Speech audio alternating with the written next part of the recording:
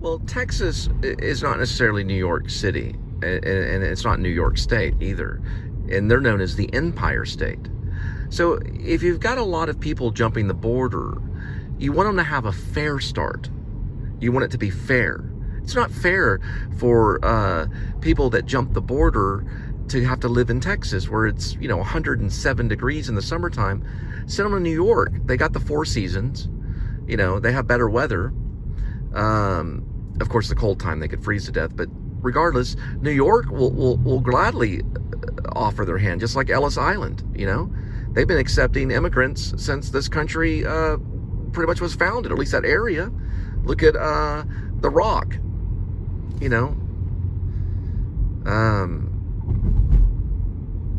and the Mayflower. That was all in that area.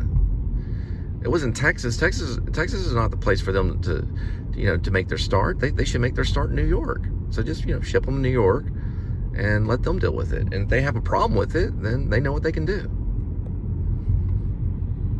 Because there's only so much crime one state can really take. And if if you have an illegal citizen, then you have a person that's living an illegal life. How are they supposed to, New York is really good at figuring all that out. That's what Ellis Island was all about. Ellis Island and, Mayflower. That's where the Rock of our country was established. The Mayflower, all that kind of stuff. That's all in the New York area. Mayflower's not New York, but you know what I mean. It's basically in that area. That's where you'd want to start. If you come to this country, that's what you do. You land in New York City and you start from there. So if they jump the border, then they should start where everybody else starts, New York City or New York State. We got buses. We got plenty of gas. They'll just show up there and go through the same procedure that they would here. Especially if the government was using the incomplete wall as a strategy to try to throw off Texas, to try to get the oil that doesn't belong to them. See, we're like a country. And if you mess with the country, you're going to get in trouble. You mess with the horn, you get the bull. Okay? That's how it works. The reason we have such a horrible problem with racism is not because of the private sector. It's not because of Trump. The reason we have a problem with racism is because the government makes money off racism. Anything the government makes money off, beer, cigarettes, abortion, racism, all of Satan's tools, then they're going to love it and they're going to push it and talk about it all day. Healthcare, that's where abortion comes in. Do you know how much money the government makes in healthcare because of abortion? It's not $1 trillion, but it could be if you don't watch out. It's in the billions. It's a multi-billion-dollar operation. Of course the government causes racism. Why do you think the number one person to get an abortion is a single black female? It's actually true in demographics. And what do they want a single black female to depend upon? Not only racism, but abortion. In order to keep that money flowing. And that's why we're in an invisible Holocaust. Abortion is part of an invisible Holocaust, and the government's behind it. And boy, let me tell you right now, we're in dangerous times because we almost got what we wanted, right? Freedom. And what is freedom? Freedom is another version of life, right? You cannot be free and be dead. You cannot be free and be murdered. You cannot have freedom with abortion. There is no freedom with abortion. If you abort a child, then you live in what's called the bondage of death, and you want to get out of it. So what we want to do is make abortion highly illegal so that we tax the doctor or imprison the doctor and file murder charges against the person that's behind the abortion. We want to make abortion highly illegal, not a little bit legal, but we want to see it as the same as murder. Then we can have freedom, because you cannot have freedom without life. forget about hope, okay? Because hope can kill, all right? Jim Carrey doesn't like hope. You don't go there and hope that it happens. You believe that it happens. Go there with belief. Hope will follow you, but you got to have the belief first. You have to believe in Jesus Christ. You have to believe that life is freedom, and you have to stop killing babies.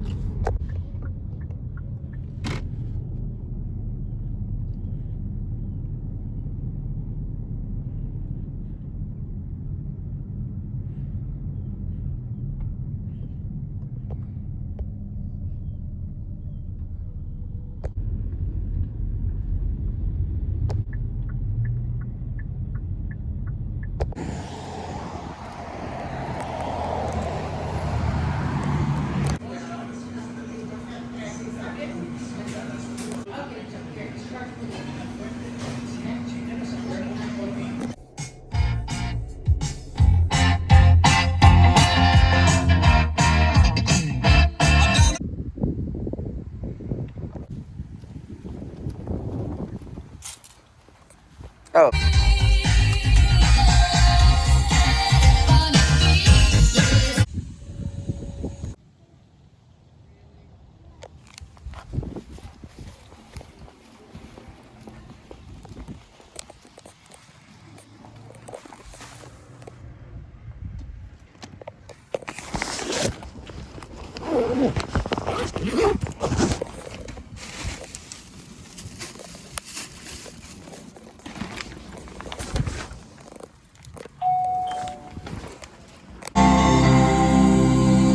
Feeling extra confident? Let's get real for a second, okay?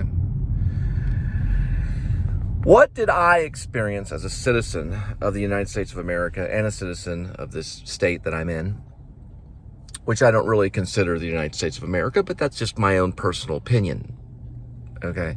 Because one person may have the United States of America and be a citizen, and the other person may not have the United States of America. They may only want to be a part of America. Not everybody's a part of America that are actual citizens for certain reasons. And those are biblical reasons, but we'll get into that later.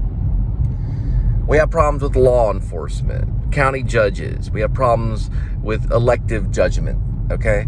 We have problems with all kinds of things. But let me explain this to you. Here's my personal experience as being a citizen coming out and telling you that I think the government's wrong. Here's the first thing. When Obama was in office, okay, let me go back before Obama.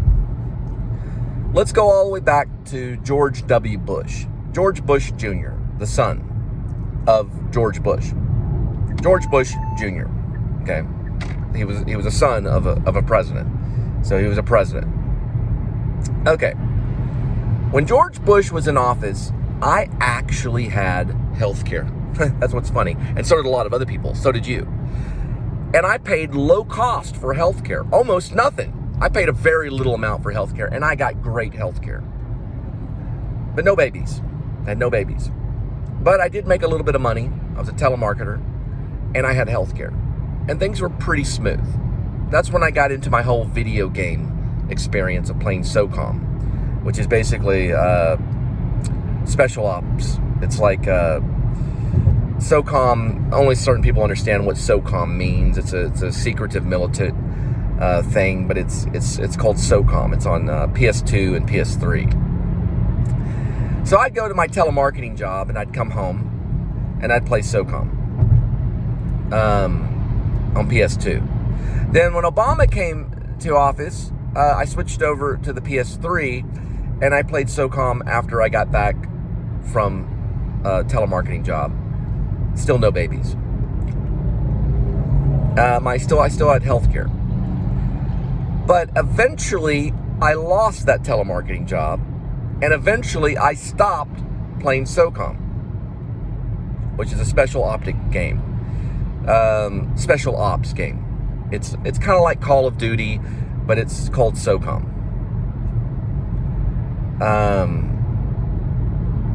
Anyway, it's a game that you play.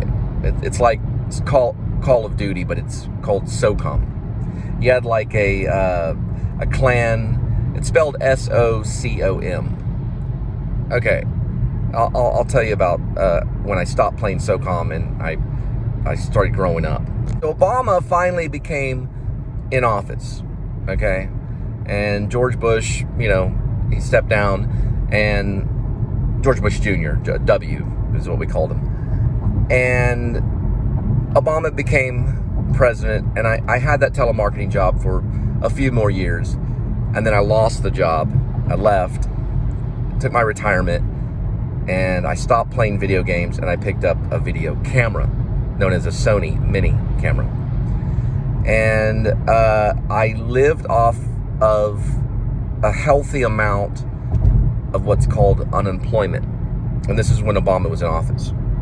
And I had a time of my life making an indie documentary called Bulb, which turned out to be about, really what it turned out to be was this. It was a kind of an alternative movie or narrative, and it was an anti-abortion film, because I'm pro-life.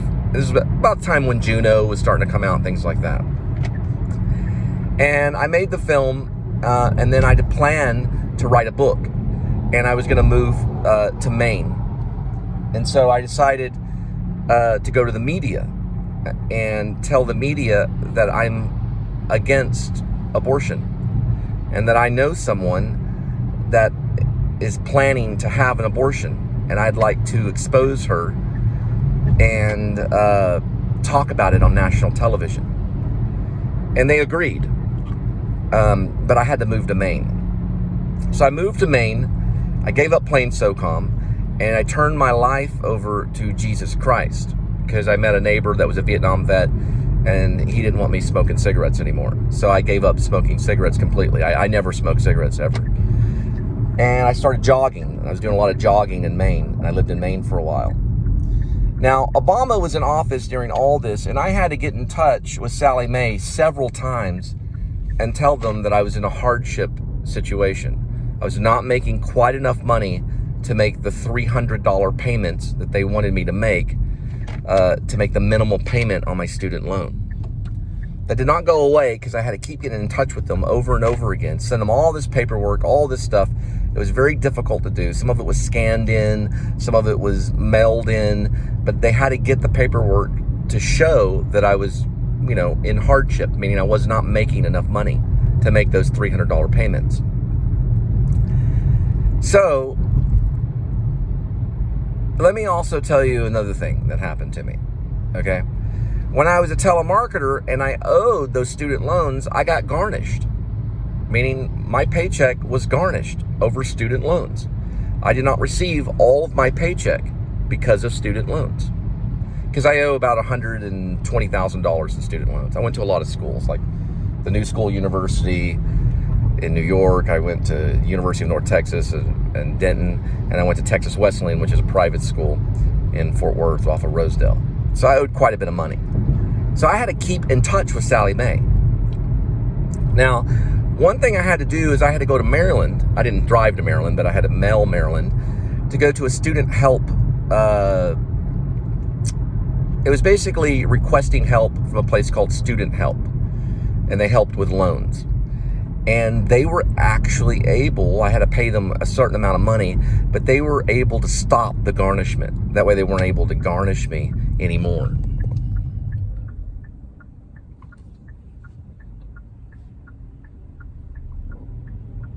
And so they were able to stop the garnishment. I was able to make, you know, get the full amount of money instead of getting paid, you know, sorry, Bluetooth got me.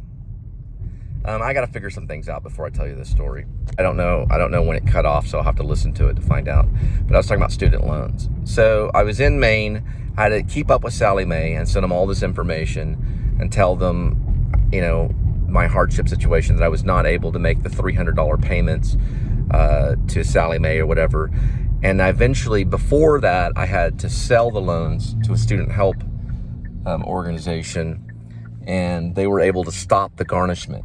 So they were, they prevented the government from garnishing my wages because I went to student help because I owed a tremendous amount of money for student loans. It was like over $100,000. Because I went to a lot of schools. I went to Texas Wesleyan University. I went to UNT. I also went to the New School University and several different junior colleges. And I even went to UTA. But I did go to the New School University in New York as well. But I owed quite a bit of money. And I was in touch with these people while I was in Maine. And I was in what's called a hardship program. I was at risk. So what they did was they just, they stopped the interest or something like that. Eventually they stopped the garnishment. Okay, so I was able to keep up with them. I lived in Maine. I wrote a book, and then eventually I made it back. Now, I was talking about Obama's office. This is what I'm really talking about. Living life while Obama was in office. I'm talking about, the past, okay? Now, when we move into the next presidency, which was Obama, and then it goes into, I guess that was Trump. Yeah, I guess so. So my life didn't really begin until Trump got into office. I didn't have any family with George W. Bush when he was in office. I had no family really. Well, I'm talking about my own children and stuff while Obama was in office. But my first wife did claim to have an abortion. That's why I became very against abortion, because my first wife actually had one. She was half Sicilian, and she actually told me she got an abortion. So I became very anti-abortion. And that's why I made Bulb before I left Maine. Maine is a state. Bulb is an indie film about it's a secret indie film, and it's the anti-abortion film. So it's against abortion, secretly. It's done in a very poetic way. So I left, and I went to Maine. I lived in Maine. I wrote a book. Still anti-abortion, still dealing with Sally Mae and student loans, all this stuff going on. And Obama was still in office. Still not having any type of real life or anything until Trump came into office. And that's when I met my second wife, and we decided to start a family. And that's why pretty much probably Trump was in office. Because someone had to get into office and be a bully. And Trump was kind of a bully. We needed a bully to get into office and say, listen, we're tired of it. Leave us alone, or we're going to freaking break your neck. We're going to throw you down on the ground and break your neck if you don't leave us alone. Okay? There's certain people that need to breathe. And so when you're out there in the schoolyard, okay, and you've got these bullies messing with you, sometimes you get this other kind of bully come up there and say, well, you're going to have to go through me before you get Cole, before you get this guy. And then I was able to get some breathing room. Some money came in, and we were able to have a family. And I thank Trump for that, because Trump was in office when I had my 3 children, or at least, I think it was the 3 children, I don't think it would have happened if Obama was in office. I don't think I would have been able to have kids. And I don't think it would happen with George W. because I was too immature. So I was mature enough to know that the presidency is a big deal when you're having children. That's why the guy that's running for president, he's always going around kissing babies. He's showing that he loves babies. Now, here's a question about kissing babies. How in the world could you vote for someone that supports abortion? And if they support abortion, I'd like them to kiss a baby. Okay? That's what I go by. I'm telling you, the reason why I supported Trump, or the reason why I like Trump, is because he was the bully that got out there and said this. He said, you can have your children. I'm going to make sure it happens. And guess what? We went to Vegas. We got to see the Trump Tower. We even got to have steak. And I like that kind of bully. So there are some good bullies out there. The problem is that there are bad bullies too. And usually they're sneaky and they're snide and they don't kiss babies. But I can promise you this, Trump, he kisses babies. Nothing more on this planet that I love than babies. I love babies. I love all types of babies. I love white babies, brown babies, black babies, pink babies, orange babies, yellow babies, all types of babies. But what I love about babies the most is that they coo. And they make a little cute sound. But I love the babies the most, no matter their color, when they're in the womb. That's when the babies are the most cute. When they're all round in that little sack and they're sucking their thumb and thinking, and they got their heartbeat going right inside of the womb. That's when a baby's picture needs to be taken, and that baby have a big smile on his face right there in his mama's belly.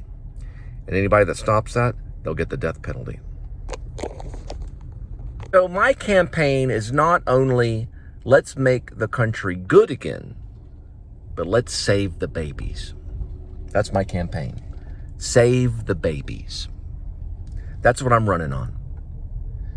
Let's make our country good again and save the babies. That's it. That's what I'm running on. Save your baby. We care about your baby. So every pregnant woman that lists herself as being pregnant, which will start to happen when you become pregnant and you're a pregnant woman, you'll have to list yourself as pregnant. We're going to send you a letter in the mail from our campaign, and it's going to go like this. Cole Spivey cares about your baby, and we want to make sure that your baby comes out not only perfect, but alive and well. And we're going to make sure that happens. And anybody that stops that from happening, we're going to kill them. And that's what the letter is going to say. And one way or another, we may change some of the English on it. Meaning we're going to protect your baby by law and make sure your baby comes out alive and well. That's the type of government I'm going to run. No one has the right to murder in our country, right? No one does, not even doctors. Those are the people we're going to stop. We're going to stop the murderers first. Then we'll start working on all the economics. Any president that goes up there and does not address that issue is a murderer. The first issue that should be addressed in the presidency is abortion, and how to prevent abortion and how to stop the murderers.